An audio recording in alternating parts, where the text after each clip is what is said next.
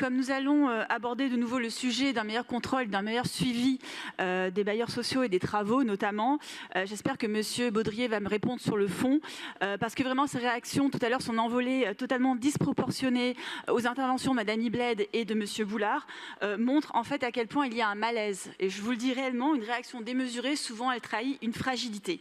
Alors oui, en fait, il y a deux arguments, M. Baudrier. Il y a d'abord celui, en effet, des enquêtes de la presse qui relèvent des prestations fictives, des travaux de surfacturation qui sont graves et qui interrogent sur le bien, la bonne utilisation de l'argent public des Parisiens. Et puis ensuite, il y a aussi des alertes de terrain. Et dans le 12e arrondissement, comme mes collègues ont pu vous le dire, dans le 17e ou encore dans le 18e, vous avez en effet eu beaucoup d'alertes. J'ai porté de nombreux vœux sur des retards de travaux, sur des malfaçons, sur une gestion très hasardeuse du désamiantage. Et je pense notamment à différentes résidences comme le Fébrure, comme Erard Charenton, Édouard Robert ou encore Énard Vivaldi. Et d'ailleurs, cette dernière, je vous invite à y aller parce qu'il y a des portes coupe-feu qui sont montées à l'envers, qui n'ont jamais été rétablies depuis 5 ans. Et maintenant, vous avez autour des fenêtres, à l'extérieur, des scotch qui empêchent en fait les fenêtres de tomber. Donc il y a quand même un vrai sujet.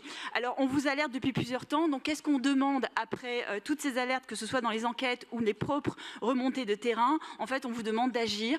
Moi, je le demande aussi à l'échelle de l'arrondissement. Alors, ce n'est pas forcément un audit que je demande. Je demande en fait que la mairie du 12e réunisse les représentants des locataires, les bailleurs sociaux, les élus de la majorité et aussi de l'opposition pour pouvoir faire un état des lieux, pour pouvoir faire aussi une meilleure information au niveau des locataires et puis définir un plan d'action sur un meilleur suivi et contrôle des travaux et réalisés par les bailleurs sociaux. Pourquoi? Parce que les locataires ont été souvent les grands oubliés de cette affaire. Donc, ils méritent en effet du respect parce que ce sont des citoyens qui payent leur loyer et les contribuables, en tant que contribuables justement, méritent aussi une meilleure information de l'utilisation de l'argent public. Je vous remercie.